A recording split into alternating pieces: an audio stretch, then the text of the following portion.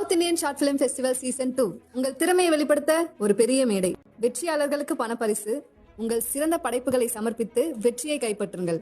இது உங்கள் கனவை நினைவாக்கும் திருவிழா. சூப்பர் ஸ்டார் ரஜினிகாந்த் ரசிகர்கள் எல்லாருக்குமே ரொம்ப முக்கியமான விஷயம், கூலி திரைப்படத்தோட ரிலீஸ் தேதிக்கான ஒரு சூப்பரான அப்டேட் வந்து கிடைச்சிருக்கு. ரிலீஸ் தேதியோட ப்ரோமோவும் டீசரும் ரிலீஸ் ஆக போகிறது.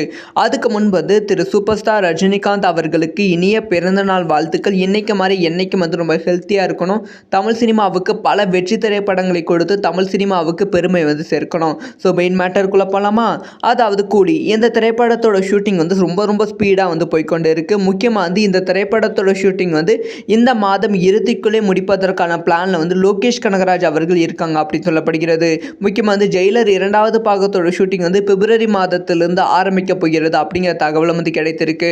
ஸோ அதனால இப்போ என்ன பிளான் பண்ணிட்டு இருக்காங்கன்னா, ஸோ இந்த திரைப்படத்தை அடுத்த வருடம் மே 1ஆம் தேதி ரிலீஸ் பண்ணால் கோடை விடுமுறைக்கு ரசிகர்கள் சூப்பராக கொண்டாடுவாங்க அப்படிங்கிற தாட்டில் இருக்காங்களாம்.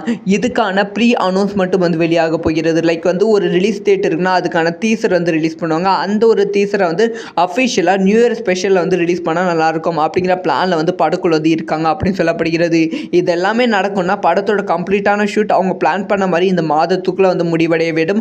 ஒருவேளை இந்த மாதத்துக்குள்ளே ஷூட்டிங் முடிவடையவில்லை என்றால் பொங்கல் பண்டிகையை முன்னிட்டு ரிலீஸ் பண்ணுவதற்கான வாய்ப்புகள் ரொம்ப அதிகமாக இருக்குது. ஸோ ஆக மொத்தத்தில் மே 1ஆம் தேதி அஃபிஷியலாக கூலி திரைப்படம் ரிலீஸ் ஆக போகிறது அப்படிங்கிற விஷயம் கன்ஃபார்ம் ஆகிவிட்டது. இதை பற்றி உங்களோட ஒப்பீனியன் என்ன?